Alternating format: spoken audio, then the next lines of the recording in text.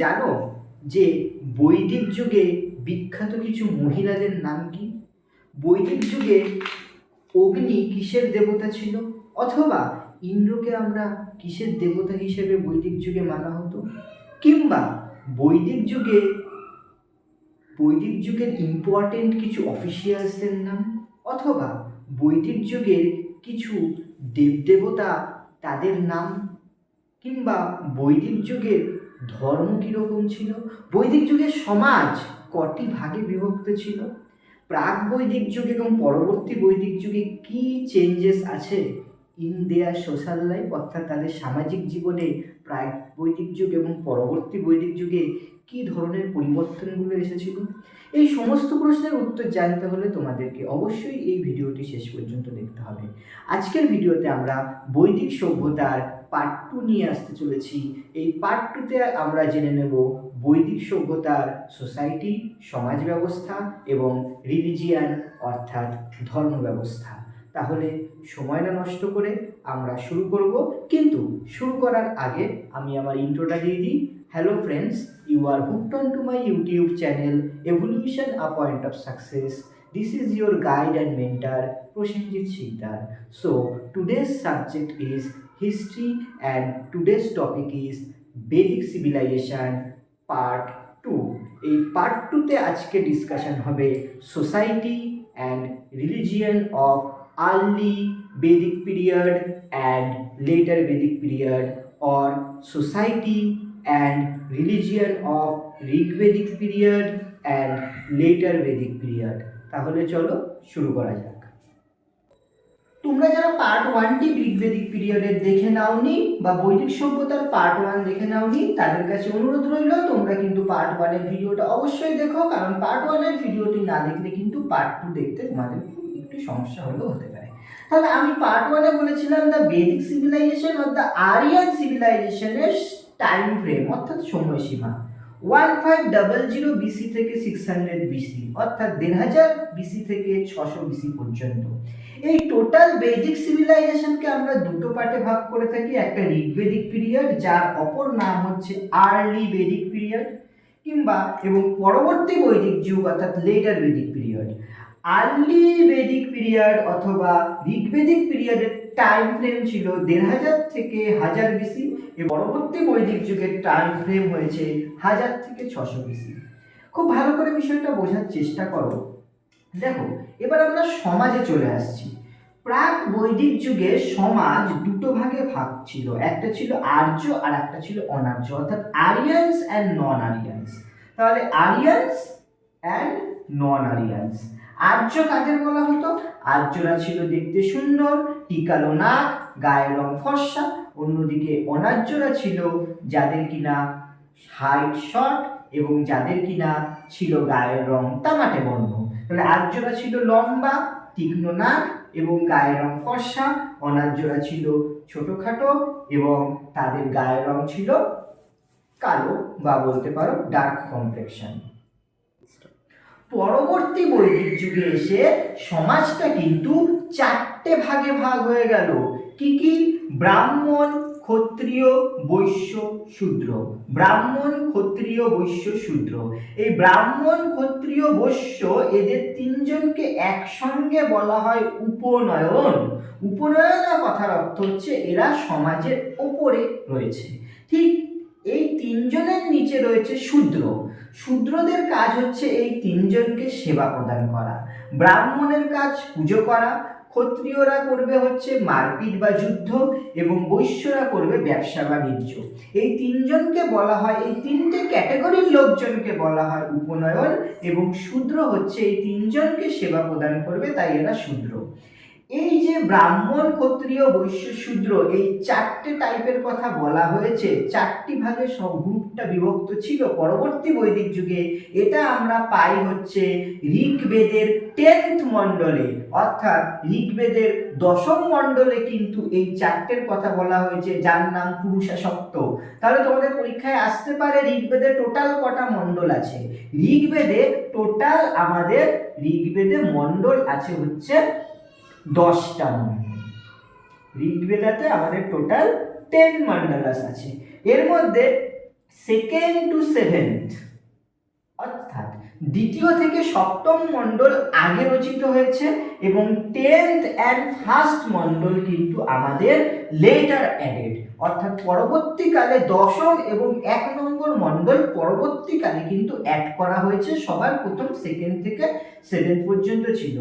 এবং ঋগ্বেদে আমরা আগেই পড়েছি, ঋগ্বেদের টোটাল নাম্বার অফ হাইমস হচ্ছে, টোটাল নাম্বার অফ স্তোত্র হচ্ছে 1028টা। এবং এই ঋগ্বেদের স্তোত্রগুলো যে রিসাইট করতো, রিসাইটেড বাই হোত্রি, হোত্রি হচ্ছে ঋগ্বেদের এই স্তোত্রগুলো রিসাইট করতো।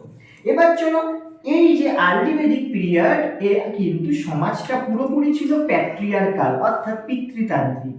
এই সময় চাইল্ড ম্যারেজ অর্থাৎ বাল্য বিবাহ টোটালি আননোন ছিল। বাল্য বিবাহের কনসেপ্ট বা ধারণা এদের জানা ছিল না। ভেরি ভেরি ইম্পর্টেন্ট, এই আর্লি বেদিক পিরিয়ড এবং ঋগ্বেদিক পিরিয়ডের বিখ্যাত কিছু মহিলার নাম। বিখ্যাত কারণ তখনকার যুগে, বৈদিক যুগে কিন্তু মহিলাদের যথেষ্ট উচ্চ সম্মানে দেখা হতো। কারণ আমরা জেনেছি বা জানবো যে বৈদিক সভ্যতায় কিন্তু সমিতিতে কিন্তু আমাদের ডেমোক্রেটিক ছিল এবং সেখানে মহিলারাও পার্টিসিপেট করতে পারতো, রাইট? এবার আমরা দেখে নিই এই মহিলাদের নামগুলো। মানে আর্লি বেদিক পিরিয়ড বা ঋগ্বেদিক পিরিয়ডের বিখ্যাত যে মহিলাগুলো আছেন তারা হলেন 1 নম্বর বিশ্ববারা, নাম্বার 2 অপলা এবং নাম্বার 3 লোপামুদ্রা। এটাকে আমরা তোমাদেরকে মনে রাখার জন্য একটা শর্ট ট্রিক ইউজ করেছি, BAL। BAL এর মাধ্যমে কিন্তু আমরা এই ট্রিকটার মাধ্যমে খুব সহজেই এদের নামটা মনে রাখতে পারবো। B for Vishwavara, A for Apala এবং L ফর লোপামুদ্রা। যদিও এটা তোমাদের মনে রাখার জন্য শর্ট ট্রিক করা হয়েছে, এছাড়া কিন্তু আর অন্য কোনো হিসেবে বলা হয়নি। তোমাদের এটা মনে রাখার জন্য BAL, বিশ্ববারা, অপলা অ্যান্ড লোপামুদ্রা ছিল আর্লি বেদিক পিরিয়ডের ফেমাস উইমেন। পরবর্তী বৈদিক যুগের বিখ্যাত দুজন মহিলার নাম হলো গার্গী অ্যান্ড মৈত্রী। গার্গী অ্যান্ড মৈত্রী, এই ছিল আমাদের the Aryan civilization or the Vedic সিভিলাইজেশনের পরবর্তী এবং প্রাক বৈদিক যুগের, অর্থাৎ Rigvedic period and later Vedic পিরিয়ডের সোসাইটি। এবার আমরা এরপরে জানবো এখানকার রিলিজিয়ান বা গড অ্যান্ড গডেসেস, অর্থাৎ ধর্ম সম্পর্কে আমরা জানব। ধার্মিক দিক থেকে বা রিলিজিয়ানের দিক থেকে আমরা যদি প্রাক বৈদিক যুগ এবং পরবর্তী বৈদিক যুগটাকে অ্যানালিসিস করি, তাহলে একটা পার্থক্য তোমাদের খুব ভালো করে মনে রাখতে হবে। দেখো, প্রাক বৈদিক যুগে যে 3জন ভগবানের আধিপত্য ছিল বা প্রিডমিনেন্স ছিল, তারা ছিলেন ইন্দ্র, অগ্নি এবং বরুণ। ইন্দ্র, অগ্নি এবং বরুণ এরা ছিল হচ্ছে প্রাক বৈদিক যুগের প্রধান দেবতা। যদিও এরা কিন্তু গাছপালা এবং নেচারকে অর্শিপ করত। They also worship nature and trees. কিন্তু পরবর্তী বৈদিক যুগে এসে ইন্দ্র, অগ্নি, বরুণ এরা কিন্তু তাদের আধিপত্য বা প্রভাব হারিয়ে ফেলেছিল এবং তাদের জায়গায় এসে গেছিল ব্রহ্মা, বিষ্ণু এবং শিবা। আমরা কিভাবে মনে রাখবো? ব্রহ্মা, বিষ্ণু, মহেশ্বর। ব্রহ্মা, বিষ্ণু, মহেশ্বর মনে থাকলেই কিন্তু শিবের কথা আমাদের অটোমেটিক্যালি মনে পড়ে যাবে। এই ডিফারেন্সটা মনে রাখতেই হবে যে প্রাক বৈদিক যুগে এই 3জন ছিল ইন্দ্র, অগ্নি, বরুণ, কিন্তু পরবর্তী বৈদিক যুগে ব্রহ্মা, বিষ্ণু এবং মহেশ্বর। আচ্ছা, ব্রহ্মা স্পেলিংটা একটু তোমরা BRAHMA কারেকশন করে নিও। ব্রহ্মা, বিষ্ণু এবং শিবা। এদের মধ্যে ঋগ্বেদে পুরোপুরি আমরা এই বেদে দেখতে পাই ইন্দ্রের উদ্দেশ্যে 250টা হাইমস বা স্তোত্র রয়েছে। অগ্নির উদ্দেশ্যে রয়েছে 200টা হাইম বা স্তোত্র। এবার ইন্দ্রর কিছু নিক নেম রয়েছে, অর্থাৎ ডাক নাম রয়েছে। সেই ডাক নামগুলো আমরা জেনে নিই। ইন্দ্রকে বলা হতো পুরন্দর। পুরন্দর কথার মানে হচ্ছে ডেস্ট্রয়ার অফ ফোর্ট, অর্থাৎ দুর্গ ধ্বংসকারী। ডেস্ট্রয়ার অফ ফোর্ট মানে হচ্ছে দুর্গ ধ্বংসকারী। অন্যদিকে আরো একটা নিকনেম রয়েছে আমাদের এই ইন্দ্রর, সেটি হলো বিত্রঘ্ন। বিত্রঘ্ন মানে হচ্ছে ডেস্ট্রয়ার অফ ড্যাম, অর্থাৎ বাঁধ ধ্বংসকারী। বাঁধ ধ্বংসকারী।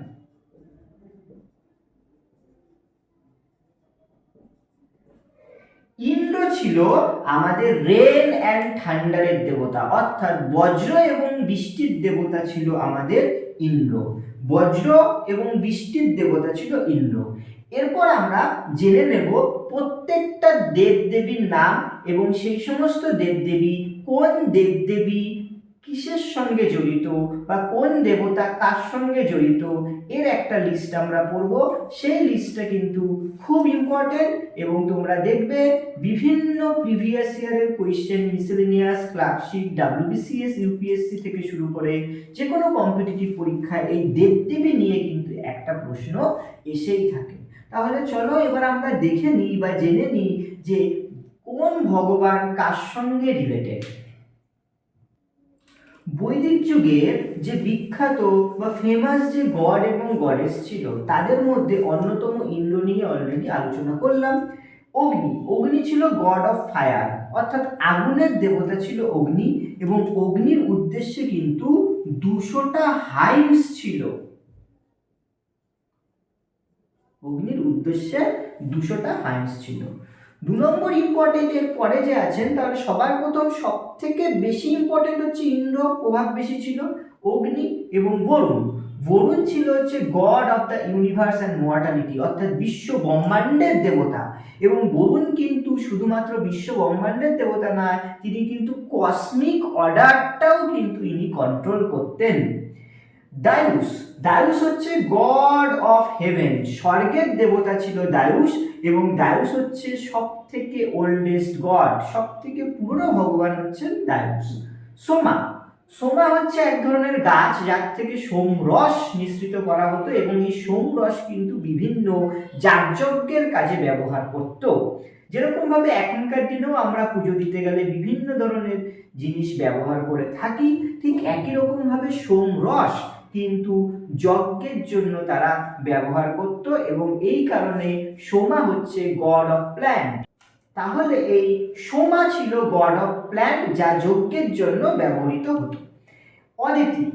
অদিতি হচ্ছে মাদার গড, অর্থাৎ সমস্ত যে দেবদেবী দেখলাম এদের মাতৃ দেবতা হলেন অদিতি, অর্থাৎ সমস্ত ভগবানের দেবতা হলেন অদিতি। সরস্বতী হচ্ছে রিভার গড এবং সব থেকে কিন্তু সরস্বতী ছিল হোলিয়েস্ট রিভার, মনে রাখতে হবে সরস্বতী আমাদের হোলিয়েস্ট, অর্থাৎ সব থেকে পবিত্র নদী ছিল সরস্বতী এবং সরস্বতীকে আমরা রিভার গড হিসেবে, সরস্বতী হোলিয়েস্ট রিভার, সব থেকে পবিত্র নদী এবং এই সরস্বতী হচ্ছেন রিভার গড, অর্থাৎ নদীর দেবতা বা দেবী। এরপর চলে আসি খুব ইম্পর্টেন্ট, ভেরি ভেরি ইম্পর্টেন্ট, এটা থেকে পরীক্ষায় প্রশ্ন আসে এবং একটা ফেভারিট জায়গা প্রশ্ন করার সমস্ত এক্সামিনারদের একটা খুব ইম্পর্টেন্ট এবং ফেভারিট প্লেস হচ্ছে সাবিত্রী হচ্ছে গড অফ লাইট, অর্থাৎ আলোর দেবতা। সাবিত্রী হচ্ছে গড অফ লাইট, আলোর দেবতা এবং সাবিত্রীকে উদ্দেশ্য করে গায়ত্রী মন্ত্র রচিত হয়েছে। Gayatri mantra was dedicated or is dedicated to the god Savitri. তাহলে সাবিত্রীর উদ্দেশ্যে কিন্তু এই গায়ত্রী মন্ত্র ডেডিকেট করা হয়েছে এবং এই গায়ত্রী মন্ত্র রচনা করেছেন বিশ্বমিত্র। গায়ত্রী মন্ত্র রচনা করেছিলেন বিশ্বমিত্র। এটা থেকে কিন্তু পরীক্ষায় খুব আসে যে গড অফ লাইট কে না সাবিত্রী, অথবা সাবিত্রী কিসের দেবতা, তাহলে আলোর দেবতা। সাবিত্রীর উদ্দেশ্যে গায়ত্রী মন্ত্র রচিত হয়েছে। এই গায়ত্রী মন্ত্র আমরা কোথা থেকে পাই? গায়ত্রী মন্ত্র আমরা পাই হচ্ছে ঋগ্বেদ থেকে, ঋগ্বেদা। গায়ত্রী মন্ত্র আমরা পাই ঋগ্বেদা থেকে। আরো একটা ইম্পর্টেন্ট বিষয়, ইন্ডিয়ান ক্লাসিক্যাল মিউজিক অর্থাৎ ভারতীয় শাস্ত্রীয় সঙ্গীতের সূচনা কিন্তু হয়েছে আমাদের সামবেদে থেকে। তাহলে সামবেদা থেকে হচ্ছে ইন্ডিয়ান ক্লাসিক্যাল মিউজিক ইন্ট্রোডিউস হয়েছে আমাদের সামবেদা থেকে এবং ব্ল্যাক ম্যাজিক বা কালা জাদু নেওয়া হয়েছে অথর্ববেদ থেকে। ব্ল্যাক ম্যাজিক বা কালা জাদু নেওয়া হয়েছে অথর্ববেদ থেকে। পদ্যে এবং গদ্যে রচিত হয়েছে যজুর্বেদ। এই যজুর্বেদের আবার দুটো ভাগ, কৃষ্ণ যজুর্বেদ এবং শুক্লা যজুর্বেদ। তাহলে আশা করছি তোমাদের এই ভিডিওটি ভালো লেগেছে। With that, this is Prosenjit Sikdar signing out from Evolution: A Point of Success. Till we meet next, keep studying, keep watching and keep sharing. Don't forget to subscribe, like and comment. Bye, take care.